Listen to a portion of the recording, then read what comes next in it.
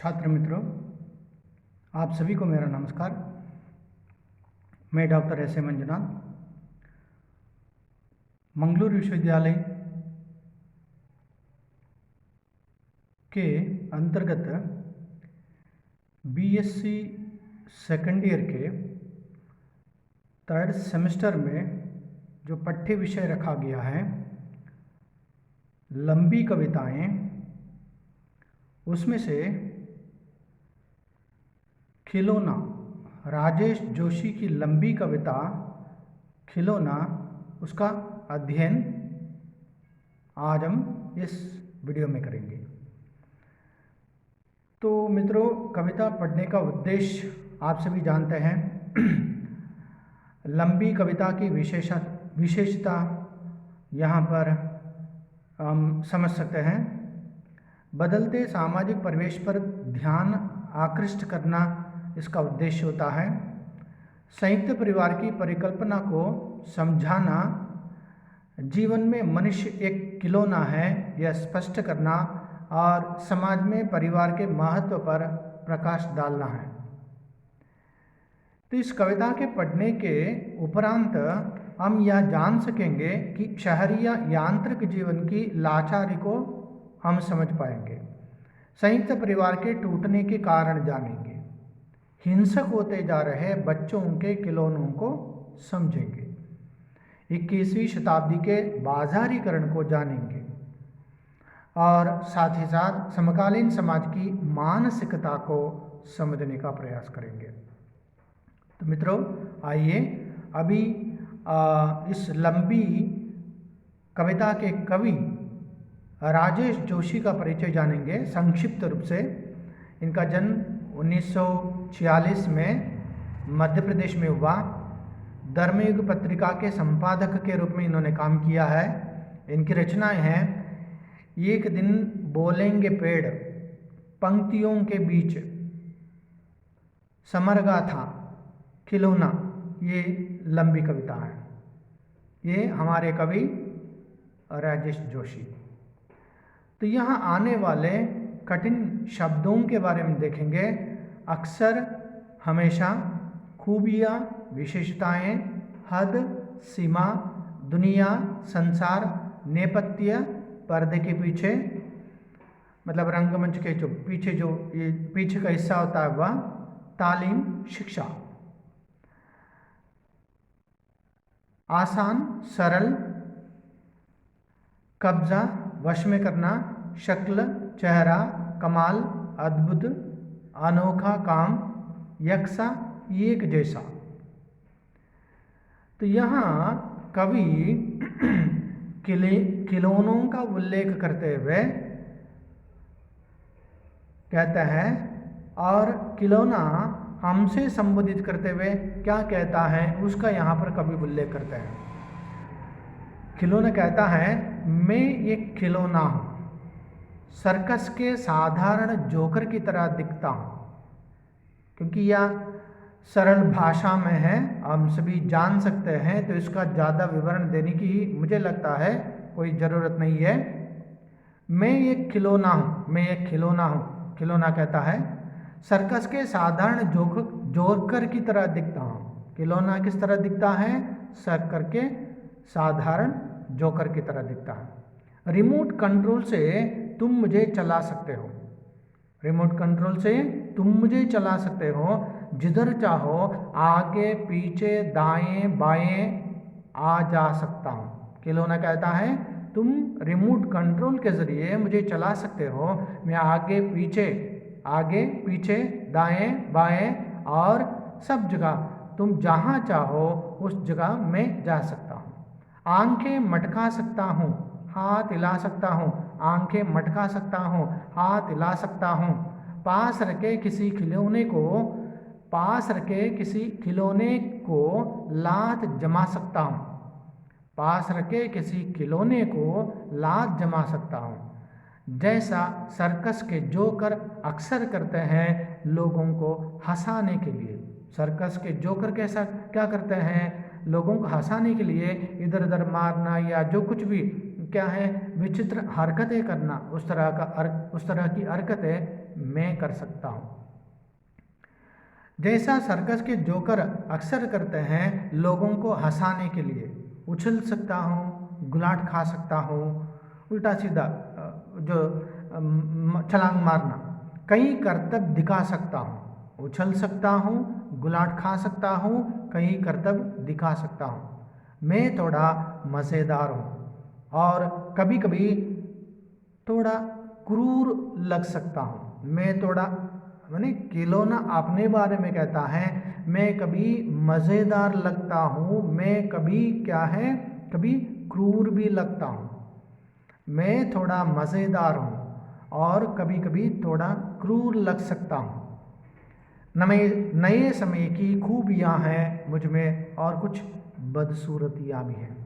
नए समय की माने वर्तमान समय की खूबियाँ माने विशेषता जो कहते हैं, स्पेशलिटी, वह मुझ में है और मुझ में कुछ बदसूरतियाँ भी हैं। माने उसके अच्छे परिणाम या जिसकी उसका सकारात्मक गुण भी है उसके अंदर और नकारात्मक गुण भी उसके अंदर। और आगे कवि कहते हैं, बच्चे खिलौनों के पास तुम जिस हद तक जाते हो, बच्चे खिलौनों के पास तुम जिस हद तक जाते हो, वहाँ तक खिलौनों की दुनिया बहुत सुंदर भी है। खिलौना की दुनिया जो है दूर से देखने पर बहुत सुंदर है। जहाँ तक जितनी दूर तक जाकर उसके नज़दीक जाकर हम देख सकते हैं तो उसकी दुनिया बहुत सुंदर है। कवि कहता है वहाँ तक खिलौनों की दुनिया बहुत सुंदर भी है, आसान और मज़ेदार भी है। आसान, सरल, सुलभ, मज़ेदार, देखने में अच्छा लगना या जिसकी एंजॉयमेंट, जो खुशी जो कहते हैं वह। पर खिलौनों के पीछे की असल दुनिया इतनी सरल और आसान नहीं। खिलौना देखने में हमें सरल लगता है, आसान लगता है, खिलौने बनाने के पीछे की दुनिया जो होती है इतनी सरल और आसान नहीं है। पर खिलौनों के पीछे की असल दुनिया इतनी सरल और आसान नहीं। हो सकता है कभी तुम में से कुछ बच्चे बड़े होकर, हो सकता है कभी तुम में से कुछ बच्चे बड़े होकर उस नेपथ्य में भी प्रवेश करें जहाँ खिलौने आकर लेते हैं, जहाँ खिलौने आकार लेते हैं। क्योंकि हम इसको आसानी से समझ सकते हैं तो इसमें ज़्यादा विवरण देने की कोई ज़रूरत नहीं लगता है। तो यहाँ कवि कहते हैं उस नेपथ्य में भी प्रवेश करे जहाँ खिलौने आकार लेते हैं। आकार माने टू टेक शेप। वह सब कुछ बहुत आसान नहीं होता। खिलौनों की नेपथ्य की दुनिया, पीछे की दुनिया जो है, खिलौने बनाने की पीछे की दुनिया जो होती है आसान नहीं होता। मिट्टी और लकड़ी से बने खिलौने भी जो सबसे सरल दिखते हैं, मिट्टी और लकड़ी से बने खिलौने भी जो सबसे सरल दिखने में बहुत सरल, सिंपल, साधारण सा लगते हैं, बहुत हुनर और कई रातों के सपनों से रचे जाते हैं। आसान दिखने वाले मिट्टी और लकड़ी की खिलौने भी जो है उनको बनाने में बहुत हुनर चाहिए, मेहनत चाहिए और बहुत रातों के सपनों से रचे जाते हैं। खिलौना बनाने के पहले उसके प्रति या उसके बारे में बहुत तरह के सपने देखे जाते हैं, है ना।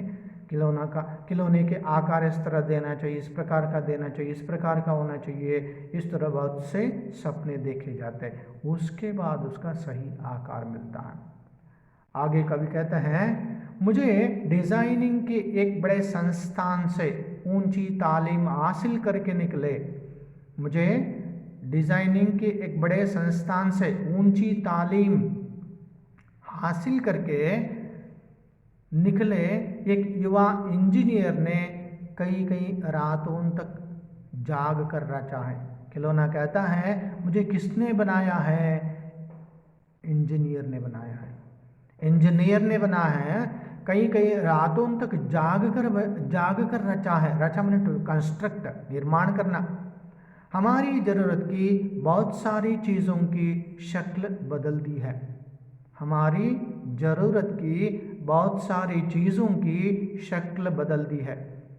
इन संस्थानों से, इंस्टीट्यूशन, संस्थान माने इंस्टीट्यूशंस, इन संस्थानों से निकले युवा कलाकारों ने, इन संस्थानों से निकले युवा कलाकारों ने चीज़ें पहले से कहीं ज़्यादा सुंदर, कहीं ज़्यादा बेहतर, उत्तम, अति उत्तम और मुकम्मल हो गई हैं। मुकम्मल माने टू कंप्लीट, परिपूर्ण होना।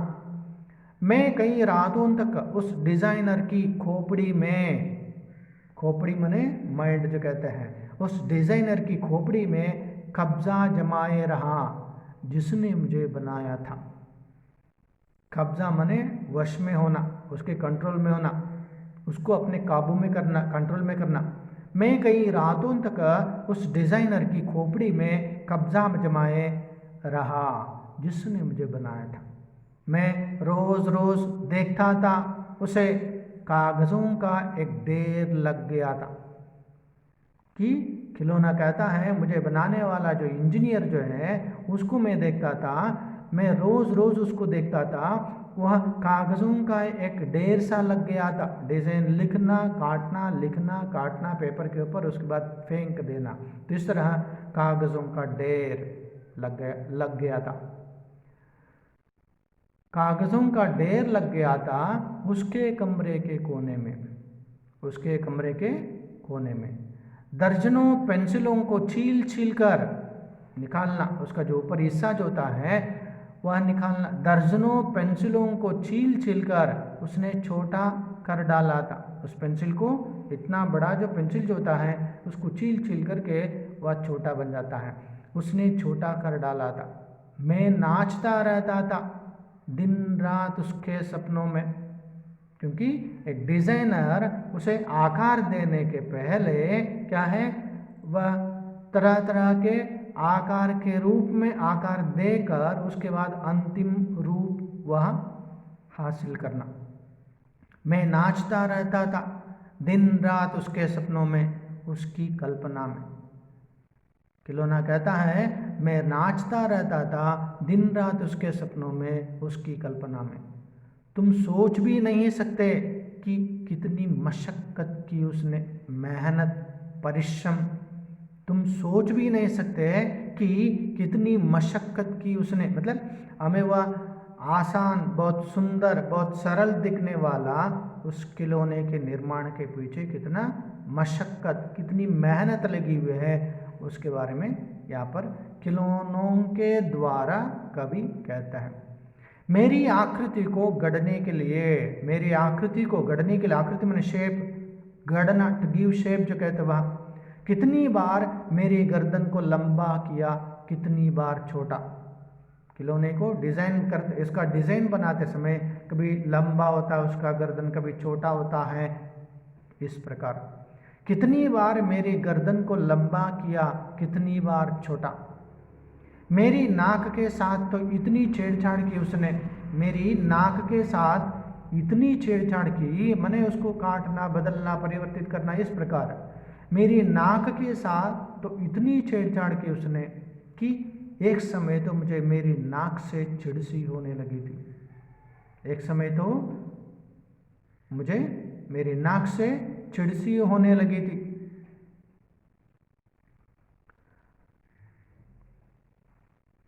तो यहाँ इस कविता का सार इस प्रकार जो होता है, खिलौनों की व्यथा का चित्रण इस कविता में मिलता है। यहाँ तक मनुष्यता को बनाए रखने की छटपटाहट राजेश जोशी की कविता का, इस कविता का मूल स्वर है। निरंतर टूटते परिवारों की चुभन इस कविता में राजेश जोशी के द्वारा व्यक्त होती है।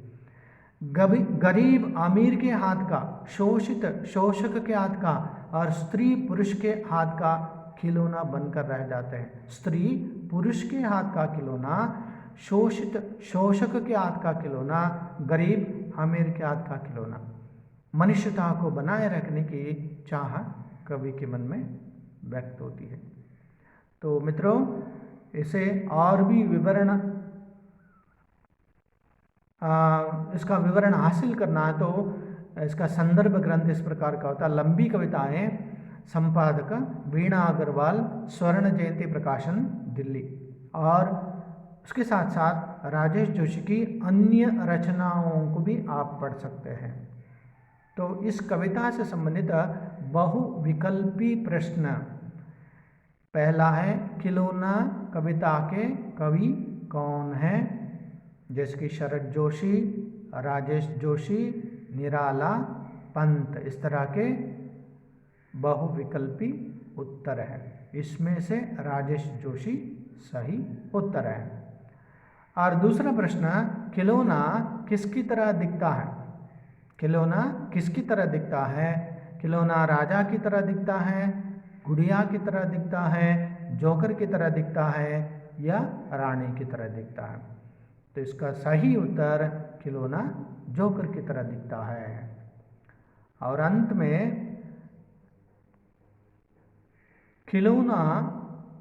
खिलौने के हाथ हिलाने के लिए किसकी आवश्यकता है? खिलौने के हाथ हिलाने के लिए किसकी आवश्यकता है? तो उसके 4 उत्तर हैं। रिमोट कंट्रोल की आवश्यकता है, हाथ की आवश्यकता है, पैर की आवश्यकता है या जान की आवश्यकता। तो इसका सही उत्तर रिमोट कंट्रोल। तो मित्रों, आज के वीडियो में इतना काफ़ी है। अगले वीडियो में इस कविता के अगला हिस्सा जो है उसे लेकर मैं आपके सामने प्रस्तुत होता हूँ। धन्यवाद।